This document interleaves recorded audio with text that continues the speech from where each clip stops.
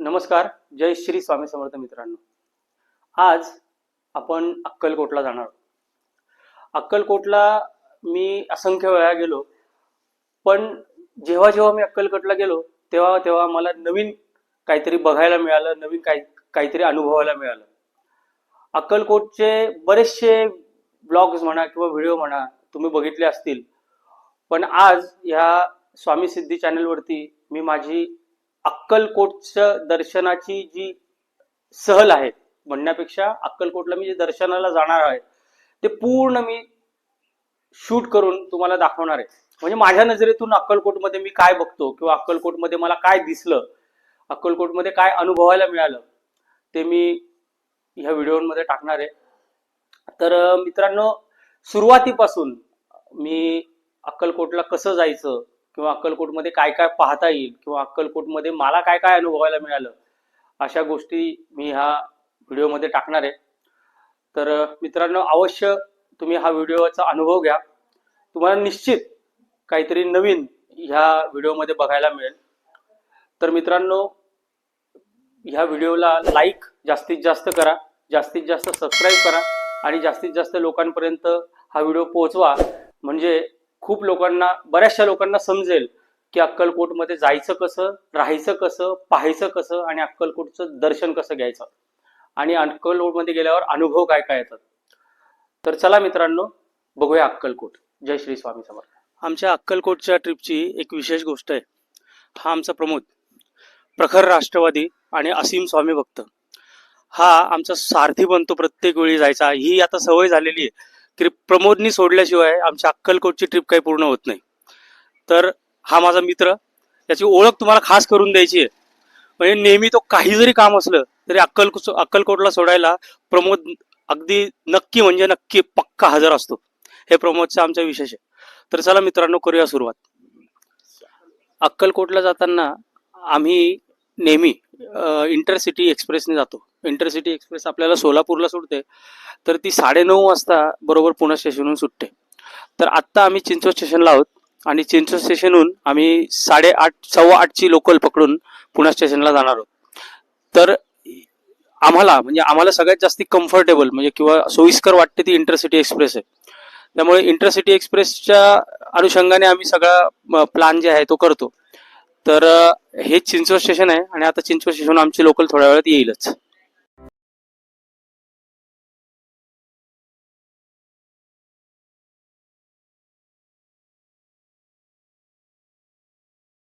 मित्रांनो, आत्ता 9 वाजता महालक्ष्मी एक्सप्रेस जी आहे ती मुंबईहून पुण्याला येते. हीच गाडी पुढे 9:25 इंटरसिटी म्हणून सोलापूरला जाणारी गाडी बनते. तर ही गाडी प्लॅटफॉर्म क्रमांक 4 किंवा 5 ला पुण्याहून बरोबर 9:15 वाजता सुटते. ह्याच गाडीने आपला प्रवास होणार आहे सोलापूर पर्यंत.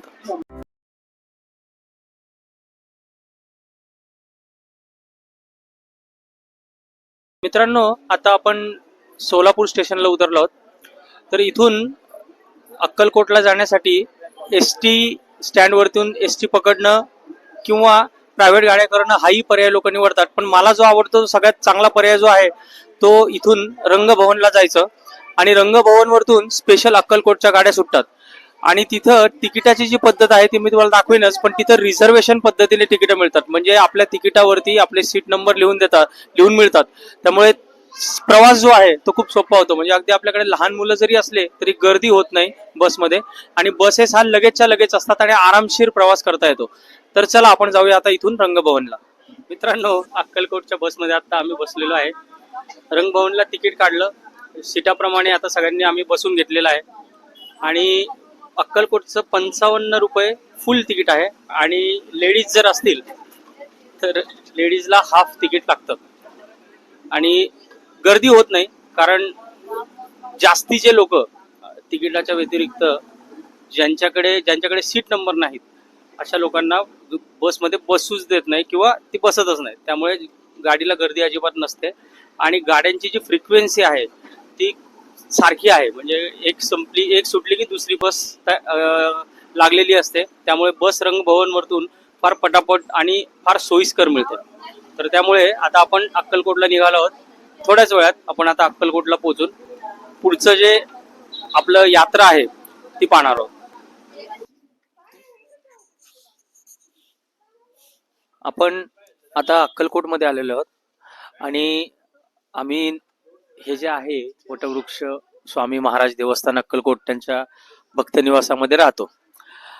तर इथं जे आहे इथं तुम्हाला नॉन एसी रूम जी आहे ती 1,500 रुपयामध्ये भेटून जाते आणि एसी रूम जी आहे ती 2,000 रुपयामध्ये मिळते. आणि जर तुमच्याकडे एक्स्ट्रा माणूस असेल तर एक्स्ट्रा बेड जो आहे तो 200 रुपयामध्ये मिळतो. आणि हा जो परिसर आहे तुम्ही बघितलं अतिशय स्वच्छ आणि सुंदर असा हा परिसर आहे. छान अतिशय रम्य असं छान ठिकाण आहे.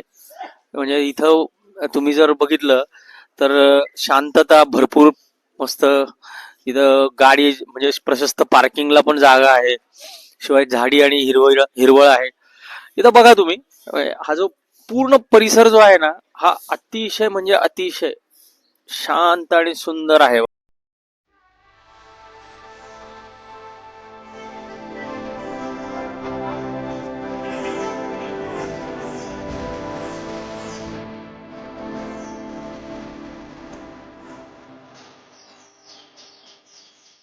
म्हणून जर तुम्ही बघितलं ते वेगवेगळे ब्लॉक आहेत, वेगवेगळ्या प्रकारचे रूम आहे. म्हणजे तुम्ही जर का सिंगल असाल, एकच एकच सिंगल आले असाल तर तुम्हाला जागा मिळेल राहायला. तुम्ही जर दोघं आले असाल तर जागा मिळेल.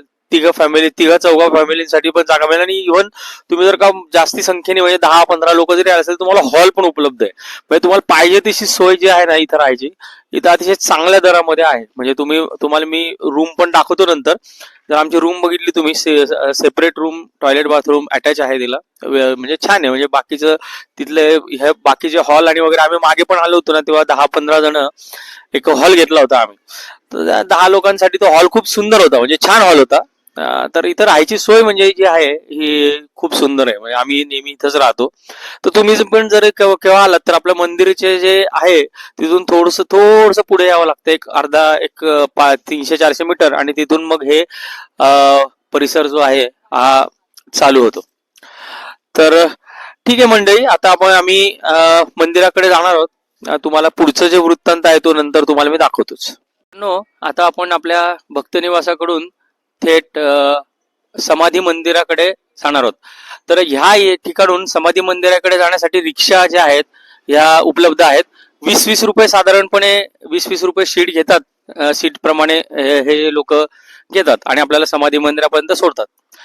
तर समाधी मंदिराला जाण्याचा मुख्य उद्देश आत्ताच्या वेळी असा आहे की जर सकाळच्या पारी समाधी मंदिराला जर गेलं तर जे तिथलं स्वामींच्या ज्या पादुका आहेत, ज्या म्हणजे त्याला म्हणतो आपण त्यांच्या ओरिजिनल मूळ पादुका, आणि त्या सगळ्या ज्या गोष्टी आहेत, त्यांचे कपडे झाले, हे जे आहेत, आणि चोळाप्पांचा वाडा आणि ती विहीर जी आहे ती पाहायला मिळत नाही कारण ती बंद असते.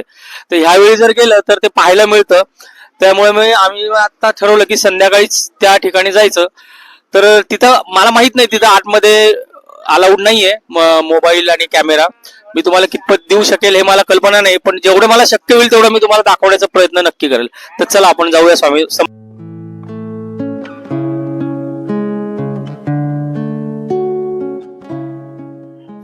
मित्रांनो, आपण आलेलो आहोत आता समाधी मंदिरामध्ये. तर आतमध्ये आता इथं व्हिडिओ जो आहे किंवा शूटिंग जे आहे त्या अलाउड नाहीये. तर इथून बाहेरूनच तुम्हाला मी दाखवतो. हे इथं ह्या ठिकाणी स्वामींनी समाधी घेतली होती. तर हे ठिकाण जे आहे अतिशय सिद्ध ठिकाण मानलं जातं, जिथं अजूनही स्वामींचं अस्तित्व आहे असं लोकांची मान्यता आहे आणि खरंच तसं जाणवतं. तर चला मित्रांनो, घेऊया समाधीचं दर्शन.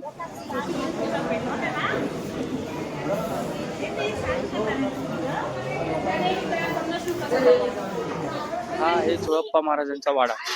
आपण आता सध्या वाड्यात आहोत. हा पूर्ण परिसर तुम्ही बघा, हा पूर्ण जुना स्वामींच्या काळातला जसा आहे तसाच आहे. फक्त थोडस बांधकाम झालेलं. ही एक विहीर जी आहे ती पुरातन स्वामींच्या काळापासूनचीच विहीर आपल्याला पाहायला मिळते. अतिशय खोल आणि जिवंत अशी पाण्याचा स्रोत असणारी ही विहीर आहे. आणि वरच्या मजल्यावरती आपल्याला पादुकांचं दर्शनही घेता येतं. महाराजांच्या पादुका वरती आपल्याला पाहायला मिळतात. आणि इथे चोळप्पा महाराजांचे 5वे वंशज विद्याधर रामचंद्र पुजारी यांचं निवासस्थान आणि कर्मस्थान इथं आहे. आणि इथे जर आतमध्ये पाहिलं तर स्वामी इथे राहत होते आणि स्वामींच्या विविध वस्तू ज्या आहेत त्या इथं तुम्हाला पाहायला मिळतील. आणि समाधी मंदिराच्या मागच्याच बाजूला हे सगळं इथं आहे. म्हणजे जसं तसं तुम्हाला याचं हे पाहता येतं.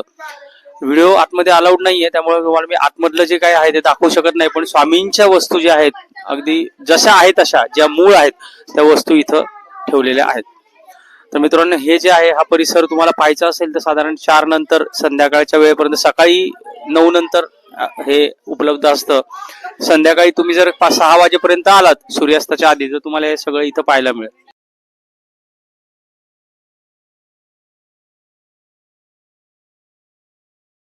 श्री स्वामी समर्थ मित्रांनो, आपण आता चाललो आहे मूळ मंदिराकडे. हा मूळ मंदिराकडे जाण्याचं हे जे आहे हे मुख्य प्रवेशद्वार आहे. आता आपण इथून आतमध्ये जाणार आहोत. तर चला या घेऊया स्वामींचं दर्शन.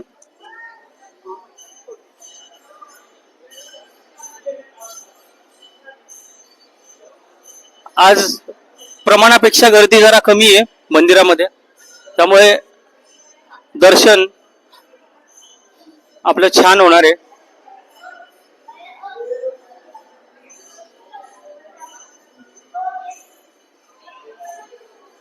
रांग जी आहे ती इथून सुरू होते.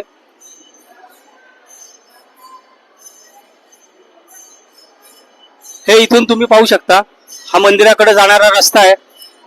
आपण आता रांगेकडे चाललो आहोत आणि रांगेकडून आपण मुख्य मंदिराचा जो गाभारा आहे त्याच्यामध्ये आपण 20वा जो आहे तो घेणार आहोत. तर हे जे आहे, या इकडे.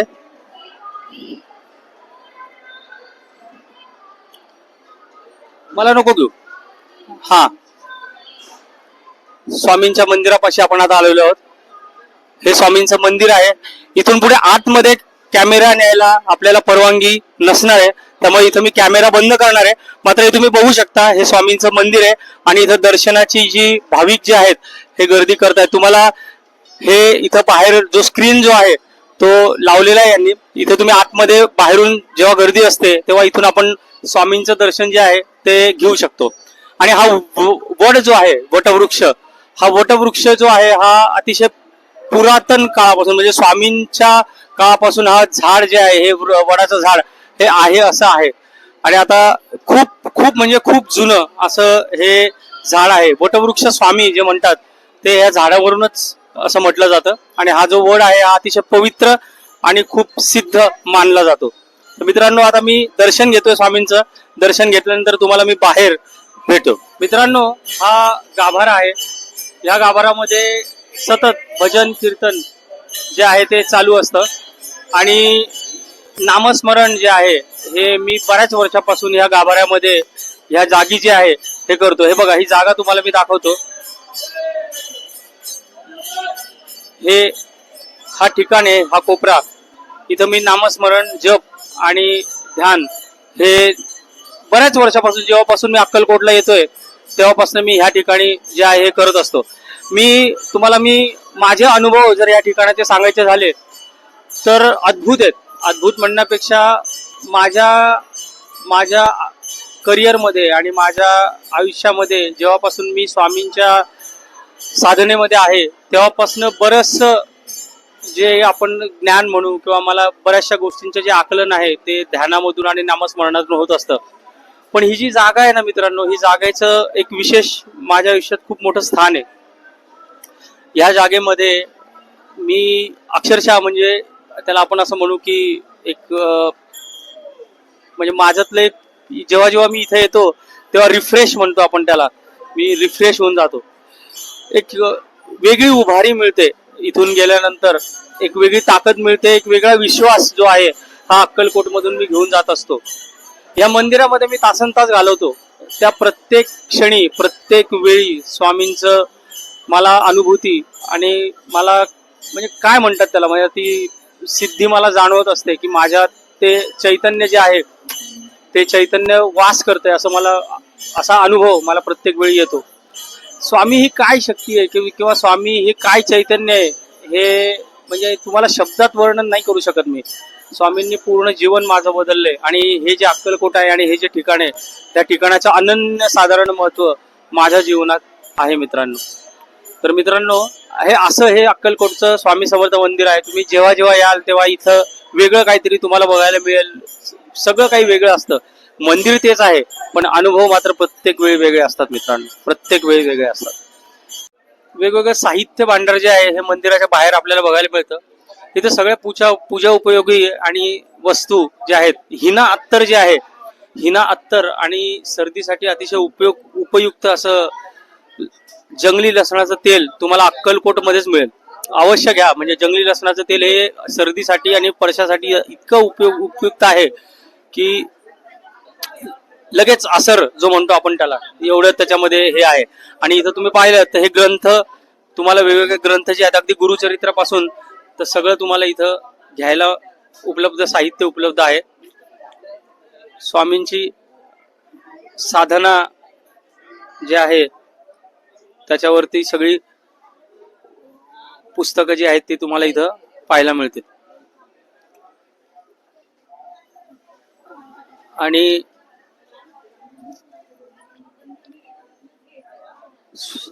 हे बघा, हे स्वामी साधनेचं पुस्तक जे आहे, स्वामी साधना अक्कलकोट, स्वामींची साधना कशी करावी याची पुस्तकं, हेच पुस्तकं मीही वापरतो. आणि इथं सगळी तुम्हाला उपलब्ध आहेत. तुम्ही जर आलात तर तुम्हाला इथं सगळं काही पाहायला मिळेल. गुरुचरित्र, सारामृत, तुम्हाला सगळ्या प्रकारची पुस्तकं तुम्हाला इथं उपलब्ध होतील. आणि हे जे आहे हे वस्तू भांडार, मोठं बाजारपेठच आहे अक्कलकोट मधली. तुम्हाला काय हवं ते तुम्हाला इथं घेता येईल. अगदी गंधापासून तर तुम्हाला मूर्तीपर्यंत आणि अत्तरांपर्यंत सगळं काही तुम्हाला इथं घेता येईल. आपण आलेलो आहे थीम पार्क मध्ये. हे नवीन थीम पार्क जे आहे हे देवस्थानाने बनवलेले आहे. अतिशय सुंदर थीम पार्क आहे. अतिशय प्रसन्न वाटतं ह्या थीम पार्क मध्ये. 5 रुपये प्रवेश फी इथं घेतात. आपण या थीम पार्कची इथं जर आलात तुम्ही, इथं थीम पार्कची प्रवेश फी 5 रुपयाचं तिकीट तुम्ही काढलं की या थीम पार्क मध्ये तुम्हाला जाता येतं. आणि हे जे आहे हे थीम पार्कचं प्रवेशद्वार आहे. खूप सुंदर बनवलेलं आहे. छोट्याशा जागेचं खूप छान नियोजन या ठिकाणी यांनी केलेलं आहे. आपण जाऊया, पण प्रत्यक्षच हे थीम पार्क बघूया. हे थीम पार्क, हे एंट्री गेट आहे थीम पार्कचं. आणि इथे बघू शकता तुम्ही, लहान मुलांना खेळण्यासाठी वेगवेगळी खेळणी जी आहेत ही ठेवलेली आहेत. आणि आतमध्ये या तुम्ही. आतमध्ये जर आलात तर तुम्हाला हा एक छान शिवाजी महाराजांचा पुतळा पण या थीम पार्क मध्ये यांनी लावलेला आहे. आणि तुम्ही जर आत आलात तर सुंदर असा कारंजा तुम्हाला पाहायला मिळेल. पाण्याचं तुम्ही जर बघितलं तर हा वरती ह्या पार्क मध्ये हा कारंजा आहे. हा कारंजाचं पाणी इथून वरतून अशा पद्धतीने खाली येतं. वरती स्वामींची मूर्ती आहे आणि स्वामींची मूर्ती आहे आणि पाणी खाली या कारंजामध्ये येतं आणि हा कारंजा मग वरती त्या कारंजाचा जो प्रवाह आहे तो त्या पाण्यातून येतो. हे बघा, हे पाणी इथून खाली येतं. हे जे थीम पार्क आहे, थीम पार्क मध्ये वेगवेगळे प्रकारची फुलं यांनी जी आहेत ती त्याची फुलांची व्यवस्था आणि नियोजन हे करतात. आणि तुम्ही जर बघितलं तर हे थीम पार्क जर बघितलं तरच तुम्हाला कळेल की किती सुंदर मेंटेन केलेलं आहे. म्हणजे याची व्यवस्था पण तितक्याच सुंदर पद्धतीने यांनी केलेली आहे. स्वच्छताही खूप छान दिसते. म्हणजे लोक प्रचंड प्रमाणात येतात पण तरी सुद्धा कुठेही घाण तुम्हाला दिसत नाही. बघा, हे पाण्याचा फ्लो आणि छान बदकं ठेवलेली आहेत. खरी वाटतात ती, पण ती खरी नाहीयेत. छान मस्त असं थीम पार्क आहे हे. जर इथं थोडा वेळ तुम्ही थांबलात तर चित्त जे आहे त्याला खूप प्रसन्नता मिळते. हे बघा, इथं एक स्वामींची मूर्ती आहे. स्वामींची मूर्ती इथं या पार्क मध्ये ठेवलेली आहे. आणि तुम्ही आपण दर्शन घेताय तर खूप प्रसन्न चित्त असलेली स्वामींची मूर्ती यांनी इथं केलेली आहे. आणि स्वामींच्या मूर्तीच्या खालूनच जर तुम्ही बघितलं तर इथून पाण्याचा प्रवाह जो आहे तो निघतो बाहेर आणि तो खाली त्या कारंजापर्यंत जातो.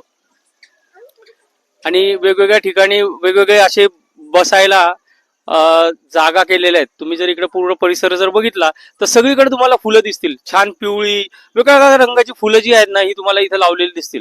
आणि फुलांच्या खाली बाकडे आहेत, छान बसायला व्यवस्था केलेली. तुम्ही जर अक्कलकोटला आले ना तर संध्याकाळच्या वेळेला या थीम पार्कला नक्की भेट द्या. या थीम पार्क मध्ये आल्यावरती तुम्हाला एक वेगळंच वातावरण तुम्हाला जाणवेल. म्हणजे छान वाटतं संध्याकाळच्या वेळी इथं बसलं तर खूप छान प्रसन्न असं वातावरण यांनी इथं निर्माण केलेलं आहे. तुम्ही बसू शकता, विसावा घेऊ शकता छान. आणि हिरवळ दिसते सगळीकडे छान झाडी आहेत. आणि झाडी अशी नाही की नुसती लावलेली आहेत, ही झाडी मेंटेन केली. तुम्ही फुलं बघू शकता, बघा किती वेगवेगळ्या रंगाची आणि किती वेगवेगळी झाडे आहेत. म्हणजे खूप छान झाडे आहेत आणि ती झाडं इतकी छान हिरवीगार आहेत की त्यांना पूर्णपणे व्यवस्थित त्यांनी त्याची निगा जी आहे ती राखलेली आहे. त्यामुळे म्हणजे खूपच छान आहे. म्हणजे अप्रतिम असं एक छोट्या जागेमध्ये खूप छान असं नियोजन इथं केलेलं आहे.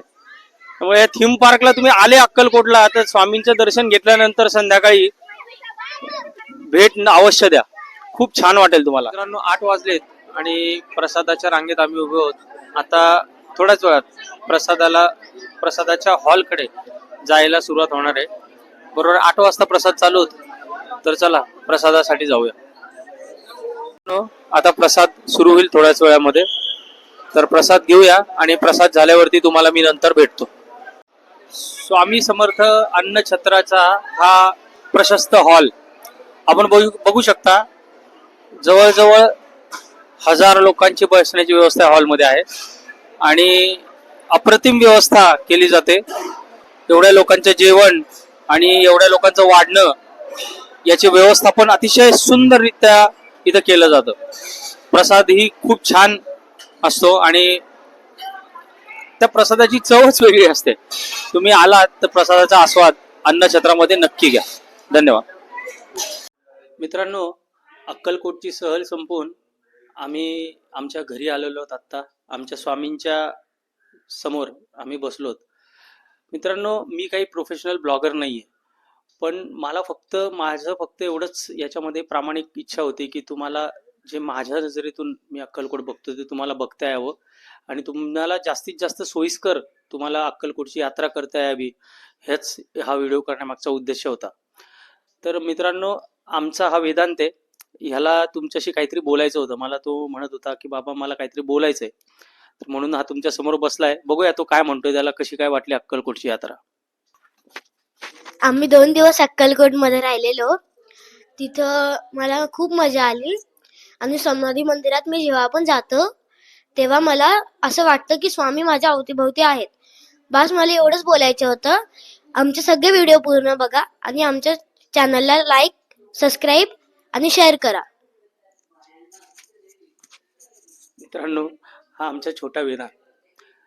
मला ह्या चॅनल मधून मी जेव्हापासून सुरू केलं तेव्हापासनं मला आता जे कोणी नवीन बघत असतील त्या लोकांना मला फक्त एकच सांगायचं आहे की व्यावहारिक जीवनातला अध्यात्माची ओळख करून देण्याचा माझा ह्या चॅनल सुरू करण्यामागचा दृष्टिकोन आहे. अध्यात्माकडे जी बघण्याची पद्धत आहे, अध्यात्माकडे बघण्याचा जो दृष्टिकोन आहे तो ह्या कलियुगात म्हणण्यापेक्षा ह्या व्यावहारिक जगात जो आहे तो कसा ठेवायला पाहिजे याचा जो काही मी अभ्यास केलाय किंवा जे काही मी वाचलंय त्याच्यातून मला जे काही समजलंय तो दृष्टिकोन तुमच्या समोर मांडण्याचा माझा उद्देश आहे. माझे आधीचे जर व्हिडिओ तुम्ही बघितल्यात तर तुम्हाला सगळ्या गोष्टी समजतील. तर माझे आधीचे व्हिडिओही बघा पूर्ण आणि माझ्या चॅनलला सबस्क्राईब करा, लाईक करा जास्तीत जास्त, म्हणजे माझे व्हिडिओ जास्तीत जास्त लोकांपर्यंत पोहोचतील, मला चांगला हुरूप मिळेल, मला चांगला अभ्यास करता येईल. तर मित्रांनो, माझ्याबरोबर असेच जोडलेले राहा. धन्यवाद. जय श्री स्वामी समर्थ.